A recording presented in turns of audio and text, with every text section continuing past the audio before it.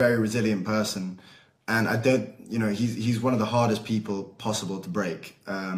But all of these techniques, shutting off the lights, leaving him in the pitch black, not allowing doctors to go and see him, making sure that all of our calls are at completely random times and that we might miss them, or whatever, not letting us have our court mandated weekly phone calls.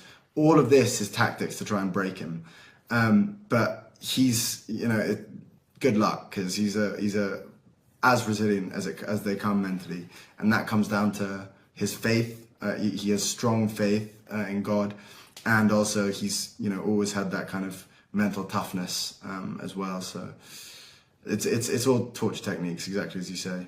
Another thing, wasn't he offered, because he did an essay not long ago on Time magazine, and he talked about being offered the option or a deal that included house arrest, and he rejected that deal. And I think he had demands. I think he wanted some other people related to his family or members of his political party. Maybe Suleiman, can you give me a bit more context on that deal? And kind of him rejecting that deal is another indicator of his resilience. So I think that's mainly to do with the fact that there are many of his supporters and his party members and family members who are in prison currently in similar conditions to him.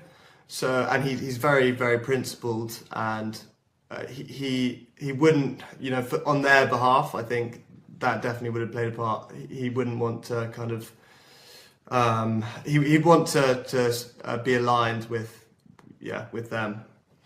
He's always been kind of very principled, and I don't think he'd go against his principles very on a whim.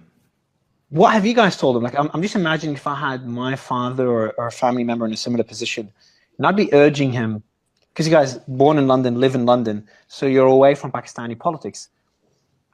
And if I was in your position, I would be convincing my father to do whatever it takes just to get out of jail and just to have his freedom again.